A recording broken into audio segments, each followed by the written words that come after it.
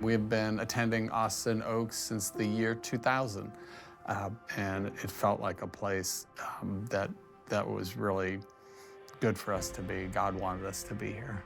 It has been a place where we have been loved well. People have seen us through hard times and through good times and through joyful times and through trying times. That's what makes a family. We've seen it change over time, and now we're plugging in a different way these years, working with the young adults, and that was something I felt wholly unprepared for, and we were both scared going into that. But that was good, because then God had us where we're supposed to be, and we had to rely on Him. During that time, I think in October of 2021, I went in for a routine scan, just your regular old medical scan, and it turned out they found a mass in my body. It was a shock, I think, when you realize that that your body doesn't work the way you want it to. And we kind of kept it to ourselves at first. It was hard to share with other people. We did share it with that young adult group, and because they came to our house every week, and they kind of watched us walk through that chemotherapy. It was supposed to be, a cancer that was relatively treatable, and so unless you were in our everyday lives, we didn't really talk about it. After a few months, something just didn't feel right, and nothing was showing up on the scans, and I just had this almost like the Holy Spirit or God telling me, no, something's wrong, because I could feel something. And so they did some deeper scans and PET scans, et cetera, and they found 4 areas where the cancer had returned. This time around, the doctors were not optimistic.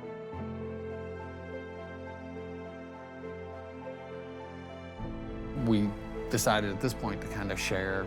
Well, I think we had a wider group, yeah. We had to wrestle with God. We had to wrestle with God, and I think some of that was pride why we didn't share. And I think God showed us how much we needed the family of believers to be praying for us.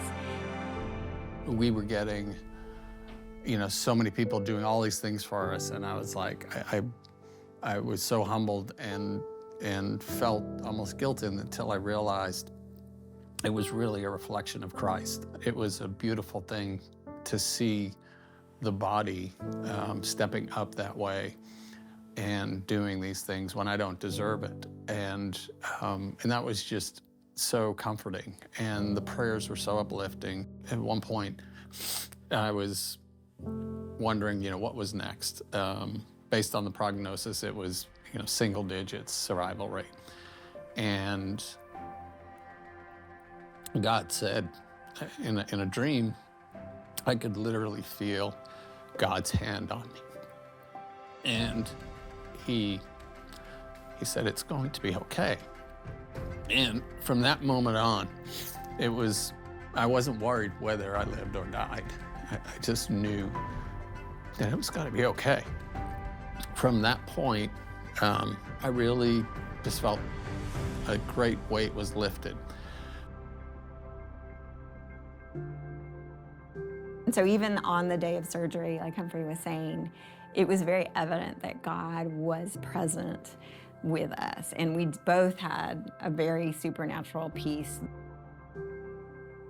They told us that we'd better be ready because the anesthesiologist was going to come in, and once his team came in, that was it. And so we were praying, and he started to walk in, and he saw us, and he said, "Oh, you're praying. You take as long as you want." And then he takes me back into the operating room, and he goes, "I'm about to administer the anesthesia, and you'll be going to sleep now." And then he leans over, and he whispers in my ear, and he goes, God's blessings on you. Several hours later, I remembered exactly what he had said. It was the only thing I remembered. I was like confused when I woke up, because I was pretty carved up, but I was like, wait a minute, I'm supposed to have tubes and things. I was supposed to have tubes coming out of my lungs, tubes coming out of my intestines, and I was confused. And they were like, it's okay, it's okay. And so they started to tell me, and they were like 2 little boys, like, this is really good. And they were showing me pictures of my husband's insides.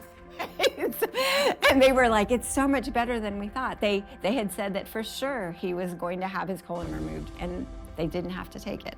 They said that for sure they were going to have to take a bunch of different internal organs. They didn't have to do it.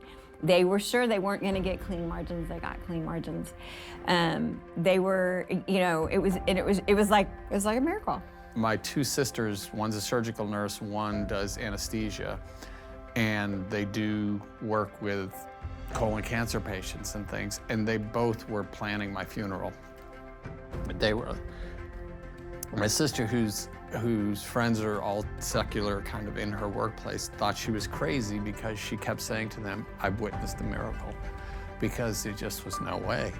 And it was so incredible. Like, we were walking on clouds for days. I remember the first time I came back to church, I sat down and they said, greet someone next to you. And so there was this young man there I'd never seen before. And I turned to him and I said, hi, I'm Humphrey. And he goes, you're Humphrey? He goes, I've been praying for you. And I almost lost it. I was like, it's just like too much. And as I saw what a beautiful thing it is when the body, it serves that way. We love this church family, and we're blessed to be part of this church family. And they've been a beautiful hands and feet of Jesus to us.